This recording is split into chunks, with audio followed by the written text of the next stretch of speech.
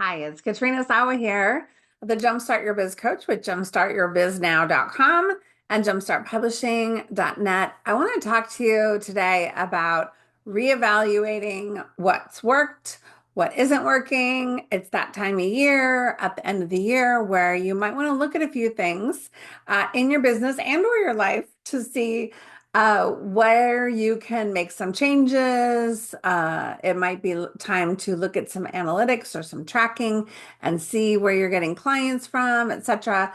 And I'm doing an email. I came up with ten things you might want to reevaluate in your business this at the end of the year, this time of year. And then I will give you a few ideas of things you might want to add in.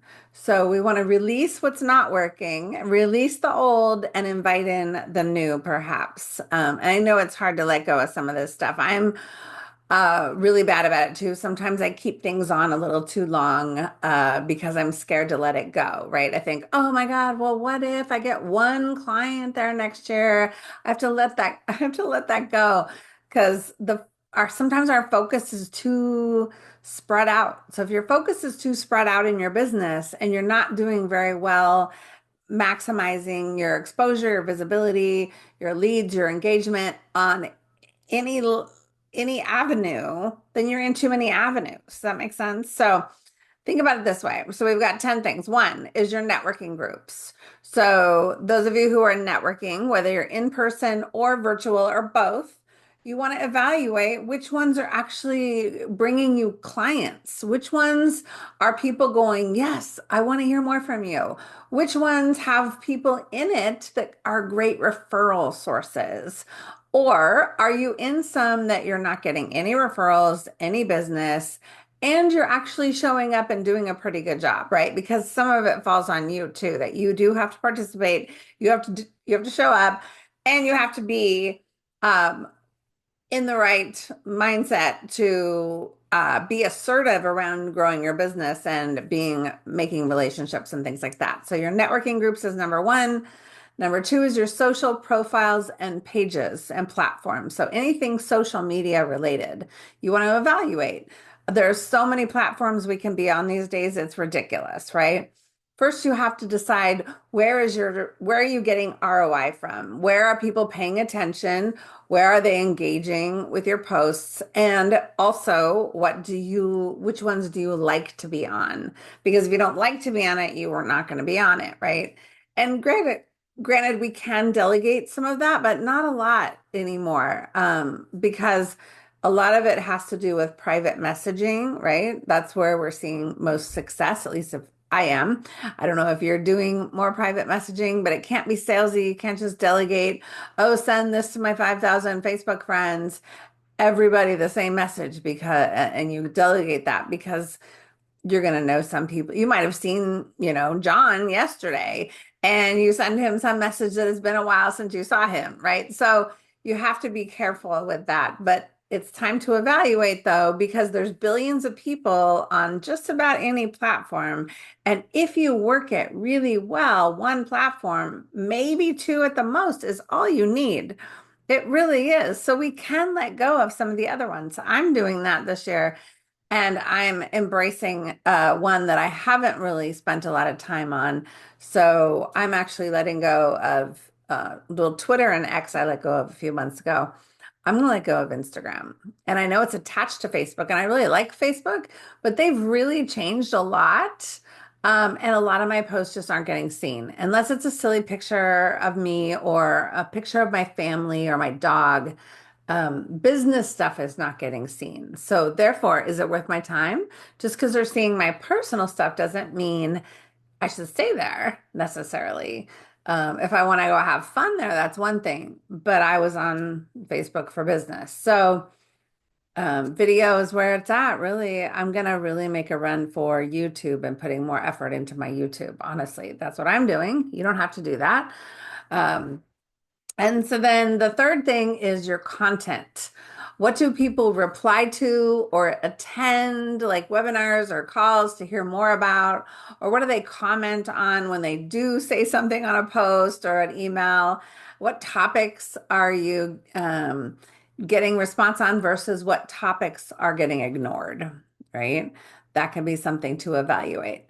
Number four is your offerings, what you're selling, right? Some things just probably aren't selling at all whatsoever. Now, that's assuming you're promoting them. If you're not promoting them and are not selling, then there's not a real clear indication that people don't want it because you're not sharing it, right?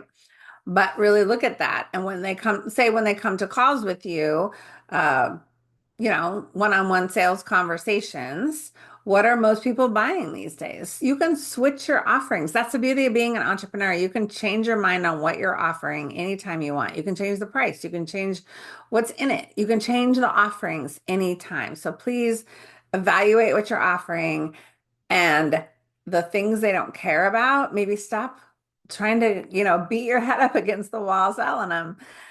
All right, number five is your freebies. Your freebies, it might be time to evaluate which freebies are getting opted in for most, assuming that you're promoting them all or they're in a good spot to be seen, right?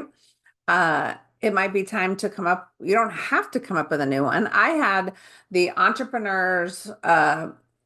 free entrepreneurs toolbox or tool guide or something. I forget what I called it. But I had that on my website for like 8, 9, probably 10 years, you guys. So I had the same thing because the new people that were coming to the website, it was the perfect thing they needed. And to reimagine a new freebie all the time was silly because it was the perfect thing that my ideal clients wanted.